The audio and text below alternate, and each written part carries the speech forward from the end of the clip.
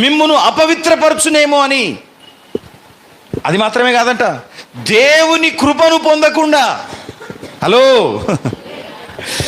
మళ్ళీ చదవండి. మీలో ఎవడైనను దేవుని కృపను పొందకుండా తప్పిపోవునేమో అని. ఇది ఇంపార్టెంట్ వర్డ్, దేవుని కృపను తప్పిపోట. దేవుని కృపను పొందకుండా నువ్వు తప్పిపోతావేమో. ఈ చేదైన వేరుమూలవడం వల్ల, ఒక వ్యక్తి మీద అసమాధానం ఏర్పడడం వల్ల, ఒక వ్యక్తితో విభేదం ఏర్పడడం వల్ల, ఒక వ్యక్తితో అసమాధానం ఏర్పడడం వల్ల నీ హృదయములో క్షమించినటువంటి చేదు, క్షమించరానటువంటి అసమాధానం నీ హృదయములో ఎప్పుడైతే మొలుస్తుందో దేవుని కృప నీ నుండి దూరం అయిపోతుంది.